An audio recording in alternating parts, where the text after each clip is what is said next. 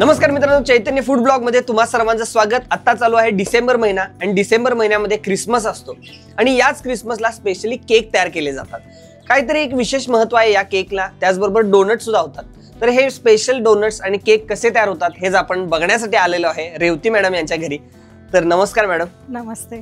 तर खूपच छान छान पदार्थ आजपर्यंत तुम्ही आम्हाला दाखवलेले आहेत आणि प्रेक्षक सुद्धा खूप पसंतीने हे पदार्थ बघतात। तर आता आपण केक तयार करणार आहोत आणि डोनट सुद्धा। तर नेमकं काय पार्श्वभूमी आहे, हे याच दिवसामध्ये का बनवतात? साधारण असं आहे की जसं आपल्याकडे दिवाळी फराळ बनतो, आता सध्या नेहमीच असतो, पण जसं पूर्वी आपण दिवाळी फराळाचं आपल्याकडे महत्त्व होतं, तसं ह्या प्लम केकचं विदेशात एक वेगळं महत्त्व आहे। पाश्चात्य संस्कृतीत हा केक जास्त केला जातो।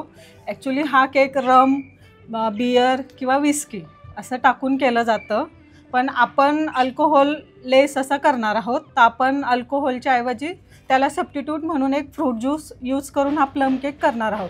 तर ख्रिसमस आला, नाताळ म्हटलं की तिकडे सणच असतो विदेशात, तर तिकडचे लोक हा केक नाताळ या सणात जास्त करतात, त्यामुळे आपण ख्रिसमस स्पेशल आज तो प्लम केक आणि डोनट्स बनवणार आहोत। ओके, तर आपल्याला हे खायला मिळणार आहेत आणि रेसिपी आपल्याला बघायला मिळणार आहे। चला तर मग बघूया काय रेसिपी आणि काय काय पदार्थ लागणार आहेत। तर मी इथं घेतले आहेत। सर्वात आधी प्लम केकसाठी आपल्याला जे ड्राय फ्रूट्स लागतात, हे आहे मगज, हे आहे अक्रोड, ब्लूबेरीज घेतलेल्या आहेत, या फ्रेश ब्लूबेरीज मला मिळाल्या, पिस्ता, बदाम, काजू, खजूर, ह्या भोपळ्याच्या बिया, पंपकिन सीड्स, ब्लॅक रेझिन, काळ्या मनुका, येल्लो रेझिन्स आणि अंजीर असे ड्रायफ्रूट्स मी घेतले आहे। यातले तुम्ही जे कुठले तुमच्याकडे अवेलेबल असतील ते तुम्ही घेऊ शकतात। तर असं स्पूनने मोजलं तर हे 3-3 स्पून आहे आणि वजनी माप घेतलं तर हे 15-15 ग्रॅम मी वजन काट्यावर मोजून घेतलेलं आहे। साखर आहे 150 ग्रॅम, दही आहे 100 ग्रॅम, कोको पावडर आहे 50 ग्रॅम, पण आपण यातली 30 ग्रॅम किंवा 40 ग्रॅम घेऊयात। एक 100 ml ज्यूस, 50 ग्रॅम तूप आणि बाकीचं साहित्य आपण 1-1 स्पून घेणार आहोत। बेकिंग पावडर 1 टेबलस्पून, सोडा 1/2 टेबलस्पून आणि इसेन्स आपल्या आवडीनुसार। हे काढून घेतला का तुम्ही? की प्लम केक मध्ये हे काही स्पाइसेस जातात, तर त्यात हे आहे एक दालचिनी पावडर, ही आहे लवंग पावडर, हे आहे वेलदोडा आणि जायफळची पावडर, ही आहे सुंठ पावडर। हे मी लेमन झेस्ट आणि ऑरेंज झेस्ट थोडंसं फ्लेवरसाठी यूज करणार आहे। ओके, म्हणजे भरपूर याला साहित्य भरपूर लागते, म्हणूनच तो केक जरा पारंपरिक पद्धतीचा ऑथेंटिक केक जो होणार आहे आपला, तो या सगळ्यांनी हे स्पाइसेस असतील तरच हा केक खरं छान होतो। या स्पाइसेस मुळेच या केकला तुम्ही विकता सुद्धा हे तयार? हो, हा केक मी विकतो। कसा आहे तुमच्याकडे केक? तुम्ही जसा घ्याल, पाव किलो, अर्धा किलो, 1 किलो पासून 1 किलो, तरी तो तुम्हाला जवळपास 1 किलो तयार 1 किलो केक 1500 रुपयाला जाईल, कारण यात ड्राय फ्रुट्स आणि फ्रेश फ्रूट ज्यूस भरपूर हे जिन्नस खूप जातात, त्यामुळे त्याची कॉस्ट रेग्युलर केक पेक्षा जास्त आहे। ओके, चला तर मग आता प्रोसेस बघूया। हे सर्व जे आपण ड्राय फ्रुट्स आणि ज्यूस मध्ये जे मिश्रण करणार आहोत किंवा सोक करणार आहोत, हे तुम्ही वेळ असेल तर 4 ते 5 दिवस पण सोक करून फ्रीजला ठेवू शकतात। फक्त तेव्हा तुम्ही फ्रेश ज्यूस नका वापरू, त्याऐवजी तुम्ही टेट्रा पॅक मधला जो ज्यूस येतो तो वापरा, कारण तो खराब होत नाही। हा फ्रेश ज्यूस लवकर खराब होतो, पण मी आता लगेच ही रेसिपी करायला घेणार आहे, म्हणून मी फ्रेश ज्यूस इथे यूज करते। म्हणजे 4-5 दिवस ठेवल्यावर टेस्ट चांगली येते का? हो, तुम्ही रम जरी घेतली तर रम मध्ये अर्धी रम, 100 ml रम आणि 100 ml हा ज्यूस असं एकत्र कॉम्बिनेशन करून ते फ्रीजमध्ये एका काचेच्या बरणीत तुम्ही सोक करायला 4 ते 5 दिवस ठेवू शकता। आता इथे ज्यूस घालत आहे,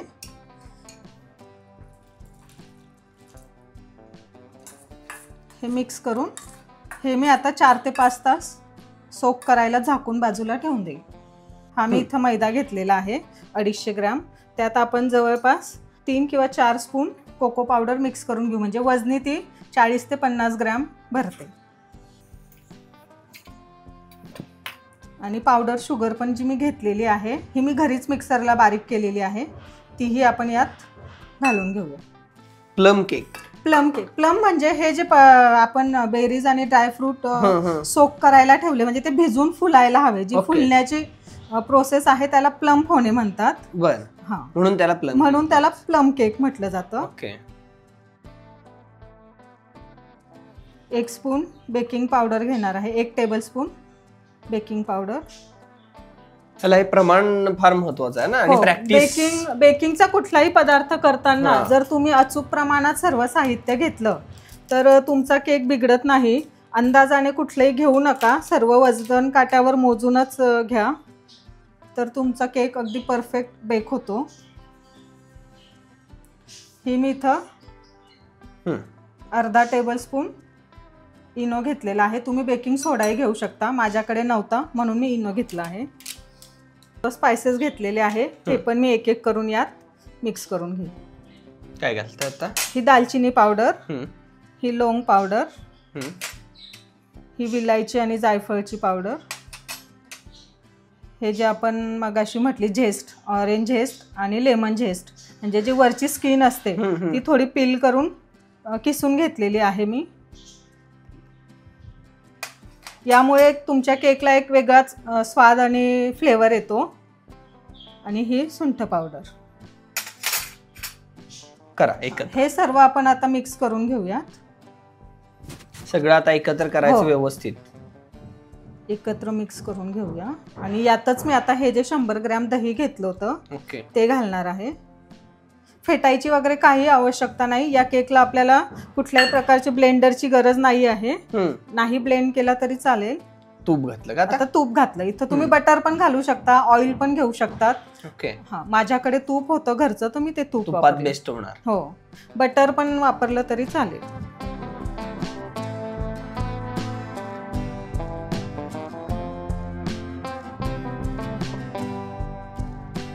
आपण आधी ओव्हन प्री हीट करून घेऊया 180 डिग्री सेल्सिअसला 10 मिनिट्स.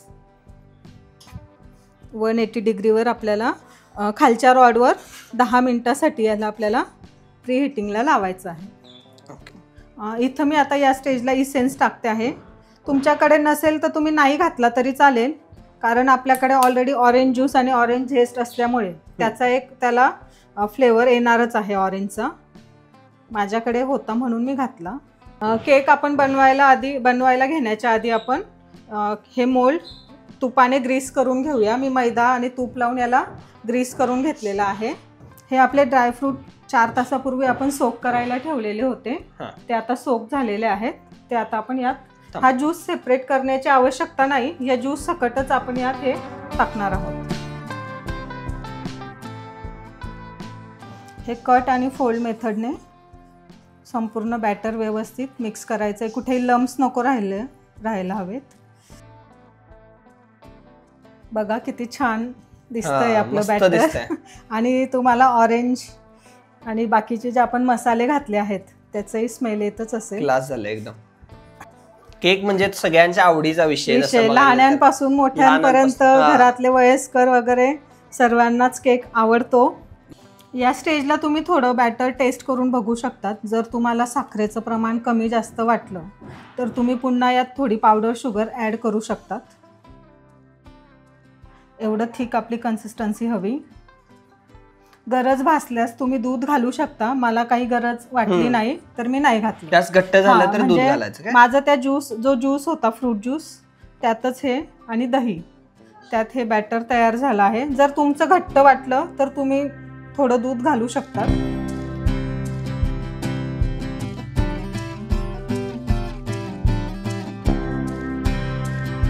थोडं टॅप करून घेऊया म्हणजे आत एअर बबल्स असतील तर ते निघून जातील.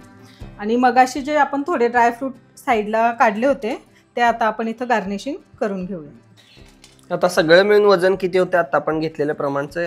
हा तरी जवळपास तुमचा तयार 850 ग्रॅम झाला असणार आहे. म्हणजे 850 ग्रॅम किंवा 800 ग्रॅम होईल. हे ड्रायफ्रुट्स वरून टाकल्यावर याचं पुन्हा वजन वाढतं. 20 मिनिटासाठी पहिले 10 मिनिटं 180 डिग्रीला ठेवूया, नंतर मग 160ला ठेवूया. हा 40 मिनिटाला 180 डिग्रीवर बेक होऊ देऊ. पहिले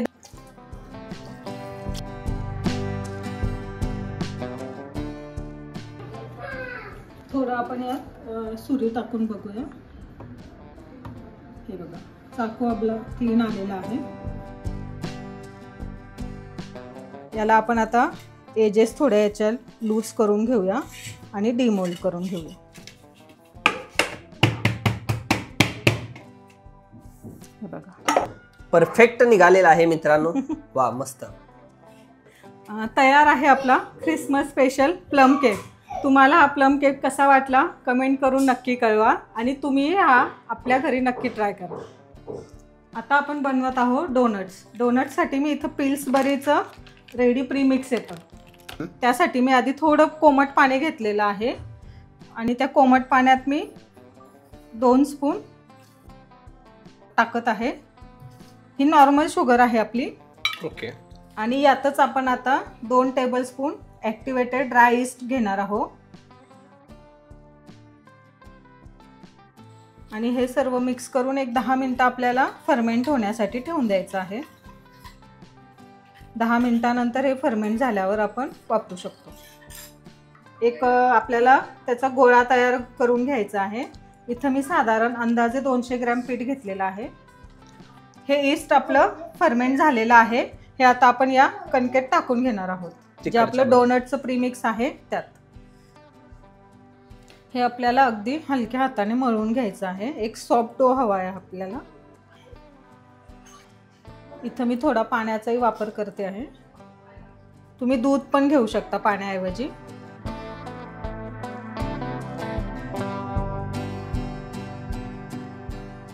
डो थोडा स्टिकी होतो त्यामुळे तुम्ही जसं जसं त्याला मळत जाल तसं त्यात ग्लुटेन क्रिएट होत जातं.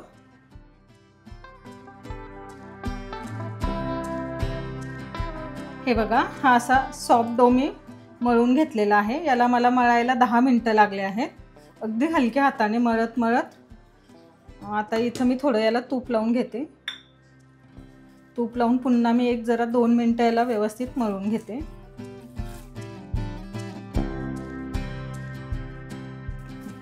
हा माझा डो तयार झालेला आहे. तुम्ही बघू शकतात किती सॉफ्ट डो झालेला आहे. झाकून एक अर्धा ते 1 तास गरम जागेत ठेवेल. हे बघा 1 तासानंतर आपलं पीठ असं फुललेलं आहे. जर तुमच्याकडे वेळ असेल तर तुम्ही रात्रभर याला फर्मेंट होऊ देत आणि दुसऱ्या दिवशी मग करायला घ्या.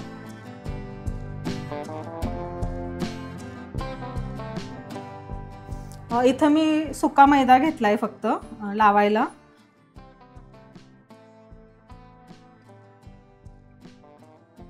मी एवढा थिकनेस ठेवला आहे. जास्त बारीक डोनट लाटू नका नाहीतर तो तळल्यावर फुलणार नाही. अशा पद्धतीने आपल्याला डोनट कट करून घ्यायचा आहे.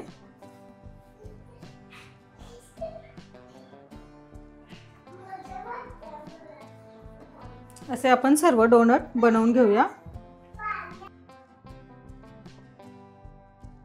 इथं मी रिफाइंड ऑइल घेतलं आहे सनफ्लावरचं. तळून घेऊया. डोनट्स तळताना कधीही तेल खूप कडकडीत गरम करू नका. मीडियम हीटवर गरम करा आणि अगदी मंद आचेवर 1-1, 2-2 डोनट्स तळा. इथे मी 3च डोनट घालते आहे.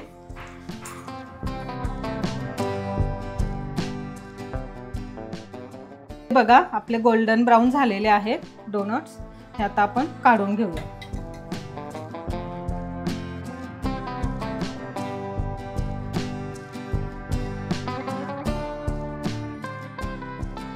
तळलेले डोनट्स थंड झालेले आहेत. प्रकारातले चॉकलेट घेतलं आहे. एक आहे डार्क कंपाऊंड आणि एक आहे व्हाईट कंपाऊंड. हे आपण मायक्रोवेव्हला 30-30 सेकंदावर मेल्ट करून घेऊया.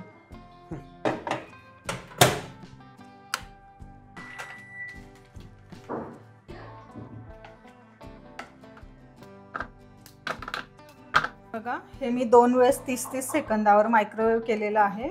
बघा आपले दोघं चॉकलेट इथं मेल्ट करून झालं आहे. डार्क चॉकलेट आणि व्हाईट चॉकलेट. हे बघा अशा पद्धतीने हा पकडायचा आणि हाफ डोनट तुमच्या चॉकलेटमध्ये आत डीप होईल या पद्धतीने याला कोट करायचं. यासाठी डोनट तुमचा पूर्ण गार झालेला असायला हवा. डोनट गरम असताना चॉकलेटमध्ये डीप करू नका नाहीतर ते वितळून पुन्हा खालीच येईल.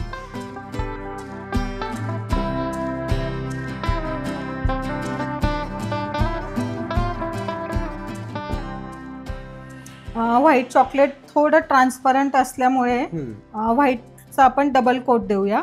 एक 5 मिनिटानंतर आपण पुन्हा व्हाईट चॉकलेटचा याला एक कोट देऊया.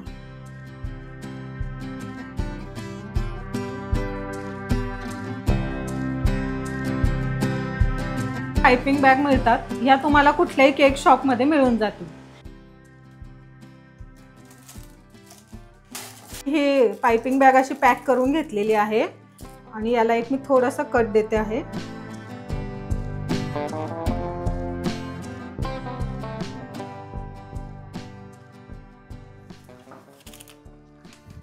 इथे मी एक टूथपिक घेतली आहे.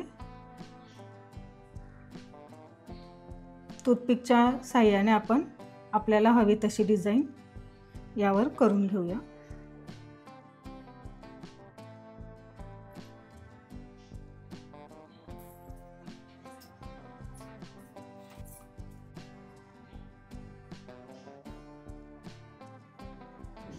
वेगवेगळ्या टाईपचे डिझाईन हो, येतात. आपल्याला हव्या तसं तुम्हाला जसं आवडेल तसं तुम्ही डिझाईन करू शकता.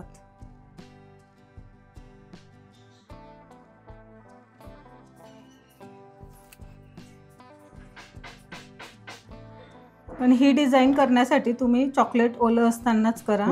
चॉकलेट पूर्ण घट्ट झाल्यावर डिझाईन होऊ शकत नाही. ही डिझाईन व्हाईट डोनटवाला जो आहे त्याला आपण एकदा पुन्हा व्हाईट चॉकलेटमध्ये कोट करून घेऊया. हा आपला सेकंड कोट आहे की जो अगदी छान व्यवस्थित बसतो.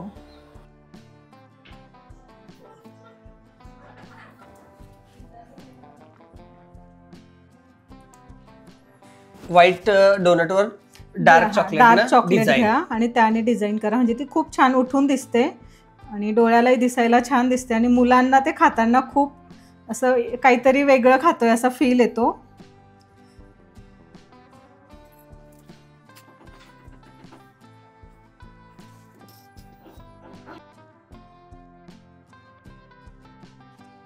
मुलंच काय हे मोठे पण आवडीने खातात.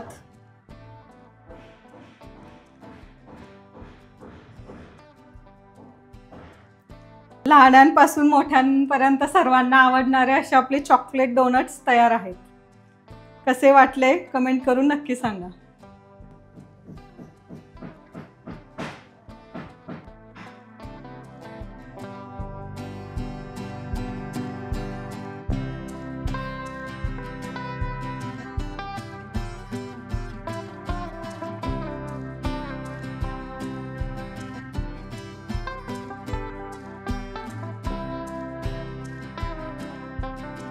तर मित्रांनो, भरपूर प्रयत्नानंतर आणि खूप मेहनतीनंतर रेवती मॅडमनी खूप सुंदर असा केक तयार केलेला आहे आणि डोनट सुद्धा. आणि खरंच खूप तयार करण्यासाठी खूप मेहनत लागते मित्रांनो आणि भरपूर इन्ग्रेडियंट्स लागतात हे तयार करायला, खूप वेळ जातो. तर आपण पहिल्यांदा केकपासून सुरुवात करूया.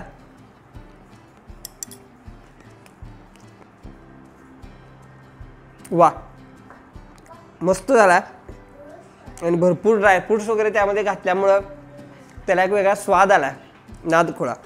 आणि ह्याच्यामध्ये जे ज्यूस वगैरे त्यांनी घातलं त्याच्यामुळे एक त्याचा फ्लेवर त्यामध्ये उतरलेला आहे. तुम्ही नक्की ट्राय करून बघा. आणि डोनट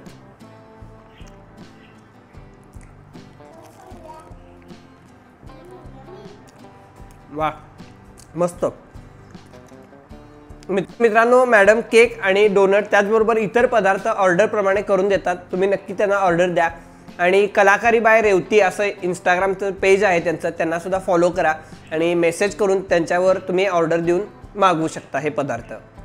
तर मित्रांनो, आणखीन एक तुम्हाला गोष्ट सांगायची आहे ती म्हणजे आता वांग्याचं भरीत खाण्यासाठी जळगावला जायची गरज नाही, कारण की कोल्हापूरमध्येच रेवती मॅडम करून देतात हे स्पेशली जळगावचं वांग्याचं भरीत, त्याचबरोबर कळण्याची भाकरी.